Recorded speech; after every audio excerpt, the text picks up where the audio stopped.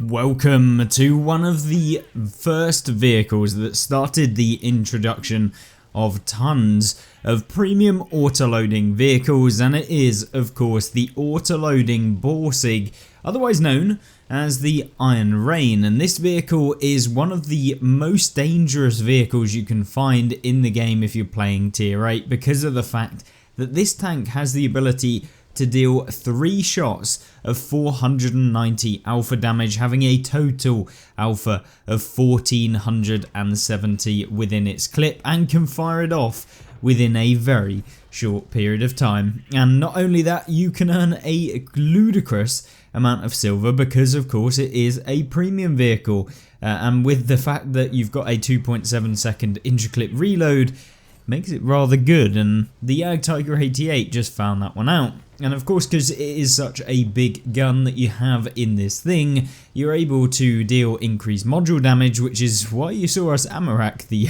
Tiger in that shell. But already we're up to 1000 damage, and this might seem like it's a decent result, but for this tank it really isn't that all too different from what you would normally expect from a vehicle that has 490 alpha damage and 3 shots in the clip. So as soon as you're reloaded with this, it really does become a case of which tank do you want to take out in the game. You can select a vehicle that you just want to ruin their day, and because this is a Borsig, the actual penetration of this tank is really good as well. So the standard round penetration of this tank has 246 millimeters of penetration, and then it goes up to 311 if you do decide to actually fire the premium ammunition, which is borderline tier 10 tank destroyer kind of territory with regards to its pen. So it is very strong in that regard, and probably one of the reasons why this tank is a little bit silly when it comes to the game. Now, is this tank overly broken? Is it completely broken? No, but I think that there is a case to say that this tank is maybe a bit too strong in the alpha department, and whether it needed 3 shells is certainly a thing for debate. But I guess you guys can let me know whether you think that it should have maybe only had 2 in its clip, or maybe you think that the 3 is fine. I just think that if you can full health tier 6s in just 2 of those shots, should it really have 3? So, you know, if you miss or something like that, then, or you don't fully aim, or you auto aim and you bounce, you still shouldn't be able to then clip out a tier 6 or a tier 7 for that matter. So yeah, that's just my opinion anyway when it comes to this vehicle. I don't like tanks that have such a huge alpha damage that they can essentially remove vehicles from full health by YOLOing them. And although this tank is not the fastest, it is a Borsig to all intents and purposes that has a 3-shot autoloader, and of course crazy camo as well. Like, you genuinely don't get spotted in this thing unless they're super close. But the thing is you do have to kind of understand that having such a high alpha really can ruin people's days, and people will YOLO with this thing just for the sake of getting off an entire clip, and most of the time they don't even do that. And it can kind of lead to some really silly plays, when in fact the best thing to do with this tank is to wait for an opponent to make a misplay and then you deal the damage. You don't want to be going after them in a tank that has no armor. And the Iron Rain, as with the Borsig and the Waffle Panzer IV, the Waffle E100, they don't have armor, so you definitely don't want to be going off in against tanks that, especially if, you know, they could be experienced players who know about using HE, because you are going to get HE'd the hell out of there. Now, this game so far has not particularly been anything special. We've done 1750 damage, which to all intents and purposes is 3 shells in this vehicle with a little bit added on. But the game is certainly not looking all too good for us. It's 11-8. And it's looking like we're going to have to try and carry this game. We hit the AMX 1375, the little French tier 7 light tank there, for a nice little bit of damage, and to finish him off, because we don't want to get spotted in this vehicle. Surprise, surprise. Of course, now we're just trying to get as many shots as we possibly can against some of these guys, so we can then kind of escape up the hill. I don't fire here. We don't want to make any speculative shots unless we can kind of guarantee, or at least get a good chance of being able to pen them. And there you go, we track the T-34-3. Could we have stopped and aimed? Absolutely, but you never really know whether you're going to be able to escape. If I stayed there, maybe I get hit by a couple of tanks, etc. And of course that could be a big problem. But we're up to 5 enemies taken out within just 6 shells, so almost every single shell has taken someone out in this game, and it only gets better, I guess, as we go through. But there's a little M6 who's making his way towards our cap circle and of course towards me. So at this sort of range we're probably going to get spotted if we do fire, but I've got a more important target to go for rather than the M6, who could potentially be good and could potentially take me out, but it's a hell of a lot less likely than taking multiple hits from the T-28 prototype. Unfortunately we don't manage to get all 3 shells in, but we might as well fire there because I don't know if I'm going to get another shot within a few seconds, so we might as well fully reload this tank. And so with that we're up to 2.6k.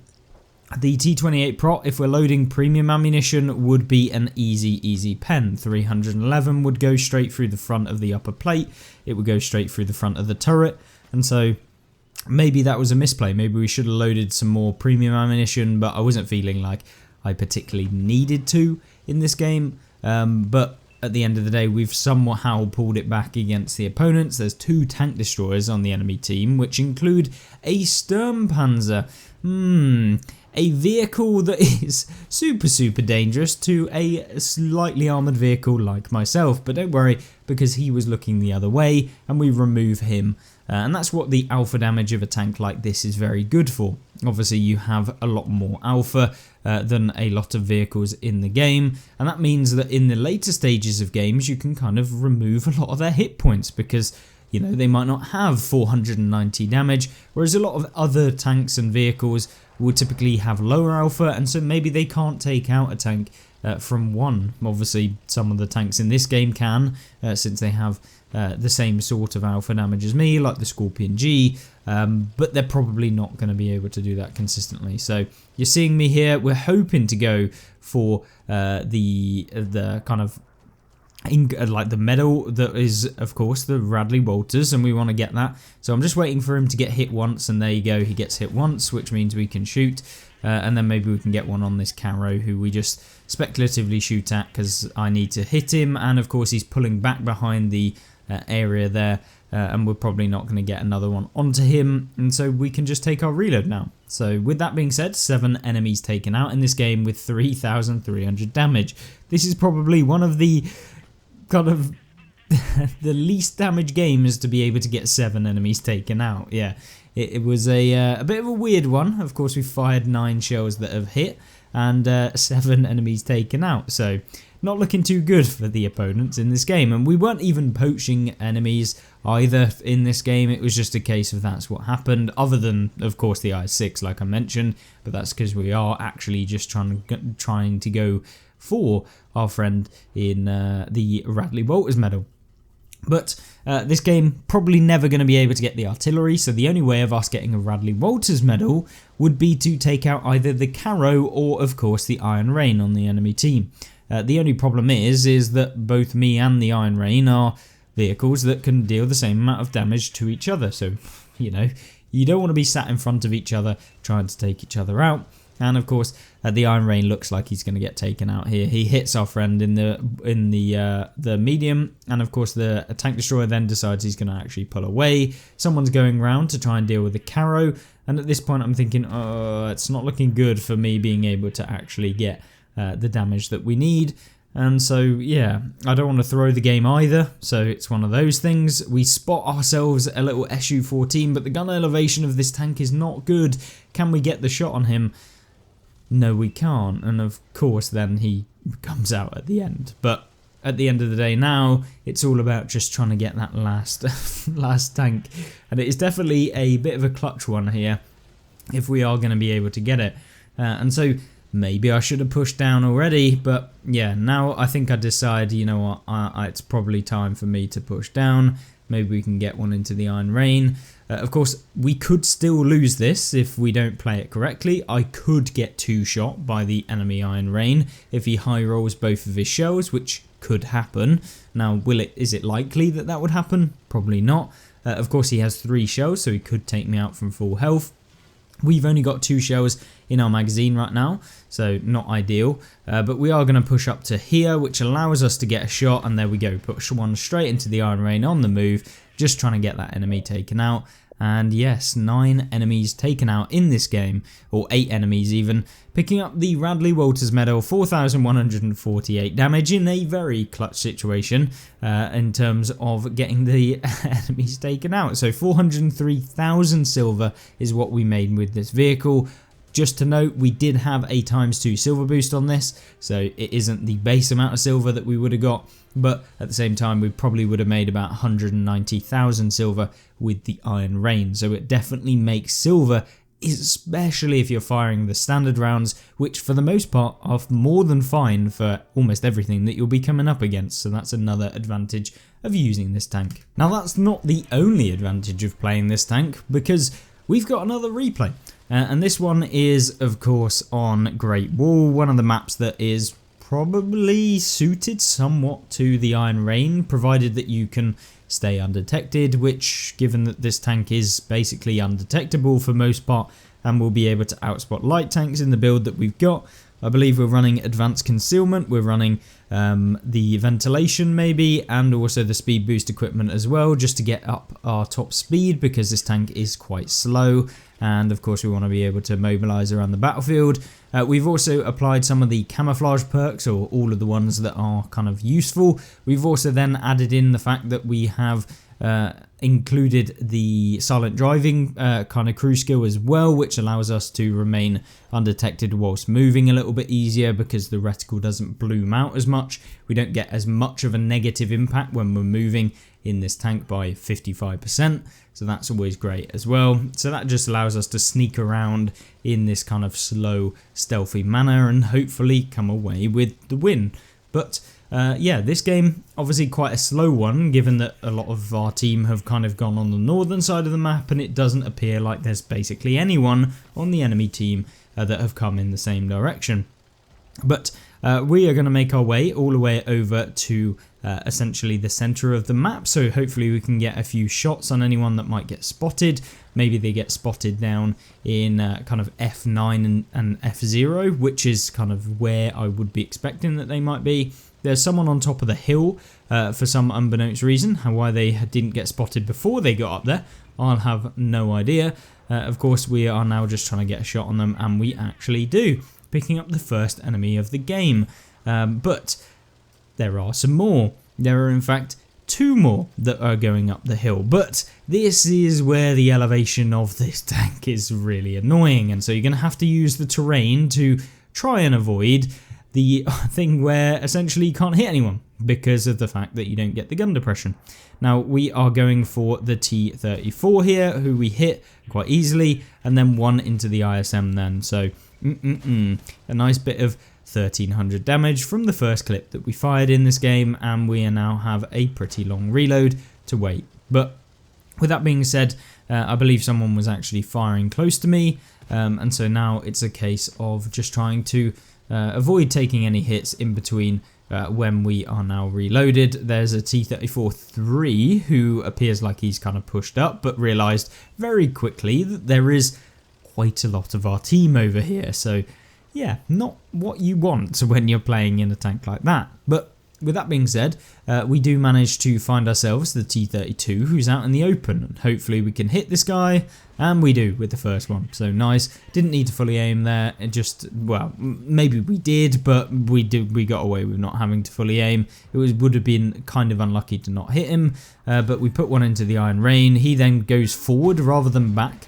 Maybe didn't realise that we'd actually hit him in the Iron Rain, and so yeah, went forward rather than back. Not a good idea when you're playing up against a tank that can basically 2-shot you, albeit maybe just below 2-shotting you. So yeah, either way, 3 enemies taken out in this game, and we are now going to make our way back to the cap circle by the looks of things, trying to defend the cap against all of those pesky little cap demons that just go YOLO wagoning in to try and cap out the base. And because this map is so large, often you can get capped out really badly on this map, and unfortunately there is a very short cap timer on this. I believe it's 1 minute and 30 seconds on this map, which is the same as basically all of the other kind of smaller maps, which, yeah, I mean, some maps I believe had a longer cap timer than others in the past. Whether they still go with that in this game, I'm not entirely sure, but I would definitely recommend Wargaming kind of changing the cap timers to reflect a different kind of time in the battle. So early in the game you can't cap too early, and it would take much longer to actually cap out someone, and in the later stage maybe it gets shorter to what you're seeing here. I'm not entirely sure, but just something changed to the cap timers, because it is infuriating when you do find yourself in that position where essentially you've done everything that you thought you could, and then you end up losing to cap because one vehicle on the enemy team has got in there and your teammates don't go back and reset. And that is, yeah, infuriating. So hopefully they'll change that and we can kind of move on with our lives without having that problem. But with that being said, this game's a 7v7 at the moment, so it's not even like we're winning this game. The enemy artillery is, of course, looking at the paper tank destroyer that's rolling around across the map and manages to get a shot off, but unfortunately for him, he misses, and fortunately for us, we've got the anti-reflective artillery shield on that we have at the minute, so he ends up missing. But so far, you're kind of seeing what the Iron Rain can do. It's a very kind of fluid kind of tank. You don't really need to think a whole lot when it comes to the Iron Rain as a whole with regards to its main armament. The whole thought process with this tank comes in the form of trying to remain undetected, which is where I highly recommend you guys use all of the concealment and view range perks that you possibly can on this vehicle to enable yourself to both spot people and also avoid being spotted, so you can be quite stealthy and rock up and just find people out and essentially remove them from the game, which is something that I think is really, really important when you're playing a tank like this. But of course, avoiding damage is the best way of not actually taking any damage at all, because if you're not spotted, you can't get hit for the most part. Obviously, you guys know that you could get blind fired, but at the same time, we're not really going to take that into account when it comes to the way in which you play, because that would happen in any tank.